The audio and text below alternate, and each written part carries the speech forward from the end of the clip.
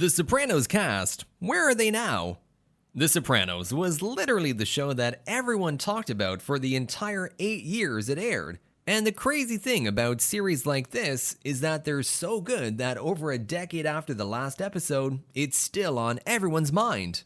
If you've gone on a recent nostalgia dive and rewatched the chapters, you're probably wondering what happened to the beloved cast. In this video, we'll update you on your favorite actors from the show and where they've been since the iconic show ended. Number 9. Robert Iler as Anthony Soprano.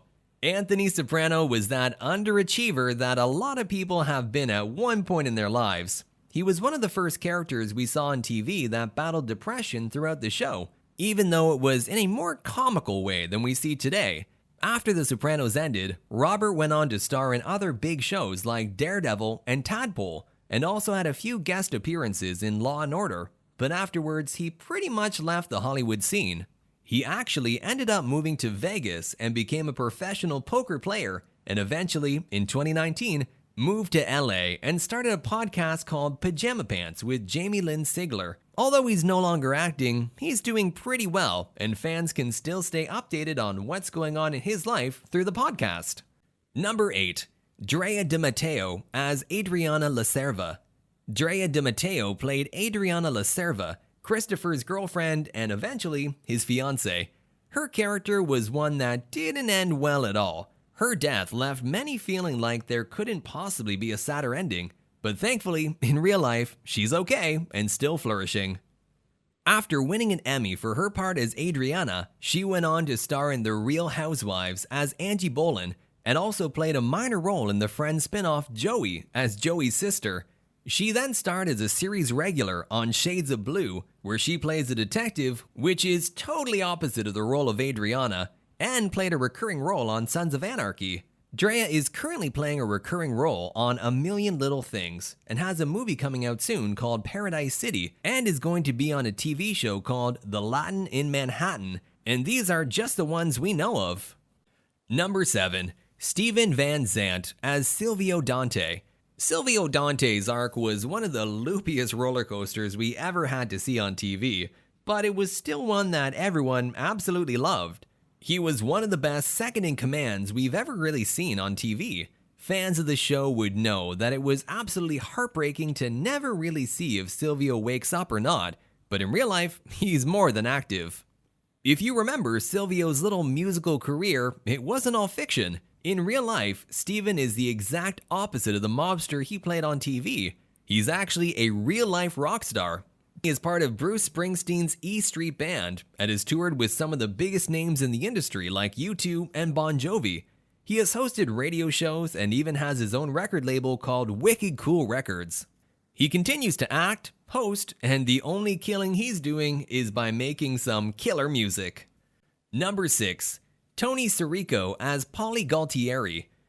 Paulie was Tony's real ride or die. He was that type of friend that, frankly, we all need in our lives. Minus the violence, of course. Just the dedication. Tony Sirico is a guy that really cares about the type of characters he's going to play. When he signed up for The Sopranos, he didn't even audition for Paulie. He went for Uncle Junior, but when he was offered the role of Paulie, he accepted on the condition that Paulie would never become a rat, and the showrunners made sure he got exactly what he asked for. This proves you just how selective Tony is about the roles he picks up. That's why he hasn't been in tons of films or TV shows since The Sopranos, but the ones he did take were impactful. He's been in Woody Allen's Cafe Society and Wonder Wheel, and even lent his voice to hit shows like Family Guy and The Fairly Odd Parents. As of this year, Tony has a few films in post-production, but with the pandemic, most of the releases have been pushed back, so there aren't any details out. Number 5. Jamie-Lynn Sigler as Meadow Soprano. Even though some know Jamie-Lynn Sigler as, well, Jamie-Lynn Sigler from HBO's Entourage, she's best known for playing Meadow Soprano, Tony Soprano's daughter, and the iconic lamp taker on The Sopranos. She might not have had the lead on the show, but she had quite the fan following. She took the success from the show and went on to guest star in shows like How I Met Your Mother and Ugly Betty, and was even one of the main characters on the 2012 show Guys with Kids. Afterwards, she switched over to working in indie films instead. The actress has battled severe health issues throughout her life. She was diagnosed with multiple sclerosis when she was 20 and even got paralyzed once because of Lyme disease. But she never let any of that slow her down. She ended up marrying baseball player Cutter Dykstra in 2016, and they have 2 children together. Jamie has a few projects coming out this year and the next few. However, there aren't too many specific details that are public yet. Number 4. Lorraine Bracco as Jennifer Melfi. Jennifer Melfi was basically the therapist we all needed once The Sopranos ended. Although the actress was only a major part of the series for 3 seasons, she made enough of an impact to be nominated for 2 Emmys and a Golden Globe Award. After the show ended, Lorraine didn't really act for a while. She came back to the screens in 2016 with the Showtime comedy Dice, and also had a short role as Major Margaret Dutton in the show Blue Bloods, and then took another hiatus from the screens. The actress is set to return with 2 upcoming films, Jakir and the thriller The Birthday Cake. Even though Lorraine seems to be jumping in and out of the acting scene, whenever she does act, she leaves her mark. It will be exciting to see her return in 2021 and see how the actress, who's 66 now, will perform. Number 3. Michael Imperioli as Christopher Multisanti. The love-hate relationship the audience had with Christopher probably marked the first toxic relationship for a lot of us. Love him or hate him, you can't deny that he was great at playing the part of the future Tony Soprano. He even won an Emmy for the role in 2004 and was nominated 5 times, but was also nominated for 2 Golden Globes. After The Sopranos wrapped up filming, Michael was busy. He played Frankie in Shark Tale, Detective Len Fennerman in The Lovely Bones, Jay Ford in the war film The Last Full Measure, and played the role of Angelo Dundee in One Night in Miami. He's been in front of the camera and behind it too. Michael has also written and directed a film, Hungry Ghosts, which was even nominated for a Tiger Award at the International Film Festival Rotterdam. Safe to say, even though Christopher was, less than active by the time The Sopranos ended, he's doing just fine in his real life. Number 2. Edie Falco as Carmela Soprano. Edie Falco played the role of Carmela Soprano on The Sopranos. She was that character that, in a weird way, was relatable. Well, as relatable as you can get to a mob wife. Her portrayal of trying to juggle the mob aspect of her life with being a mother of 2 kids made her a fan favorite throughout the time the show aired.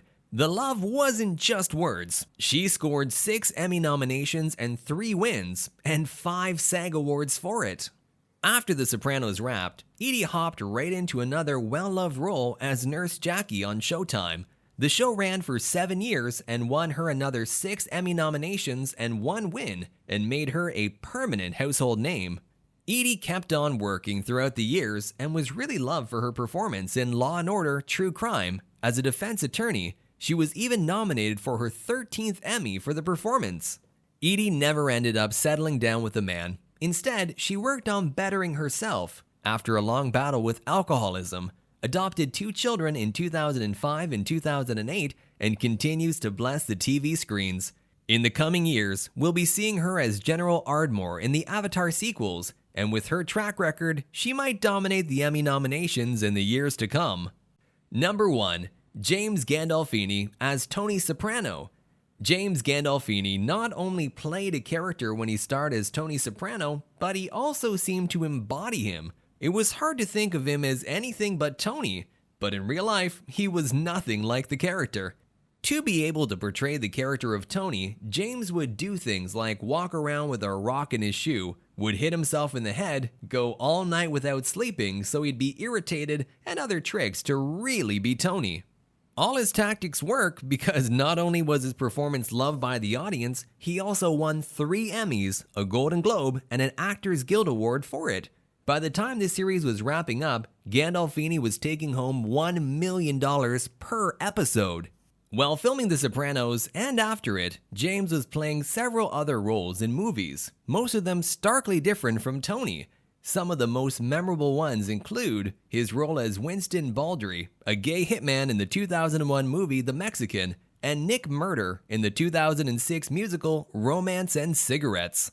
The great actor even performed in a Broadway show, God of Carnage, and even earned a Tony Award nomination for it. He eventually went on to start up his own production company, Attaboy Films, and created multiple documentaries on war heroes and PTSD, many of which won their own awards too. He proved that he wasn't just talented in front of the camera, but behind it as well.